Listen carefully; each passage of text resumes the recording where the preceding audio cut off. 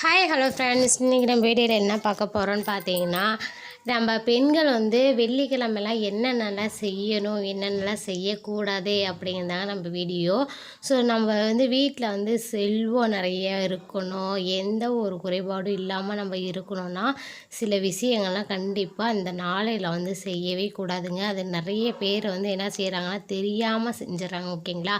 So தெரியாமல் செய்கிற தவறுகளை இனிமேல் நம்ம சொல்லக்கூடிய விஷயங்கள் நீங்கள் திருத்திக்கிட்டிங்கன்னா கண்டிப்பாக உங்களுடைய லைஃப்பில் இனிமேல் எல்லா செல்வங்களும் பெற்று நீங்கள் நீண்டோடி வாழ்கிறதுக்கு நிறைய வாய்ப்புகள் இருக்குது. கண்டிப்பாக நம்ம வீடியோ மட்டும் ஸ்கிப் பண்ணாமல் முழுசாக பாருங்கள். அப்போ தான் நான் என்ன சொல்ல வரேன் அப்படிங்கிறது உங்களுக்கு முழுமையாக சேரும்.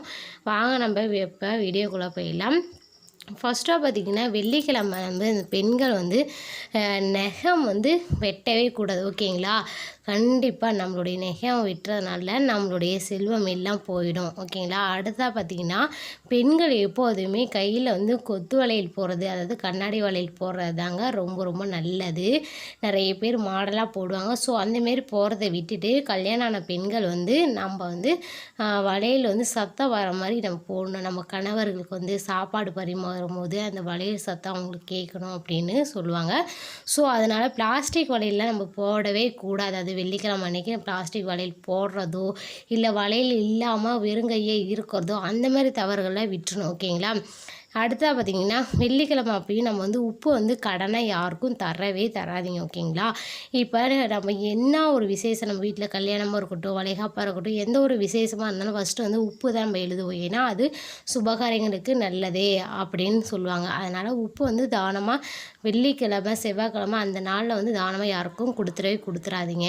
வெள்ளிக்கிழமை அதுவும் கருப்பு புடவை கட்டவே கூடாது, ஓகேங்களா?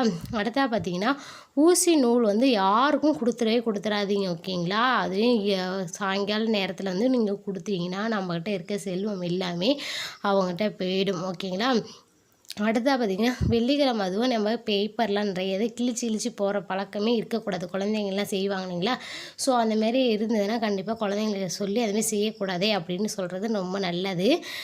நம்ம சாயங்கால டைம் வெள்ளிக்கிழமை அதுவாக சாயங்காலம் ஒரு 5 மணிக்கு 5:30க்கு மேலே தலை வாரவே கூடாது, ஓகேங்களா? தலை வாரவே கூடாது. நம்ம முடி கீழே விழுந்தால் அது அங்கேயும் அலமோதும், அதனால் நம்மளும் அதுமாரி அலமோதுவோம் அப்படின்னு சொல்லுவாங்க.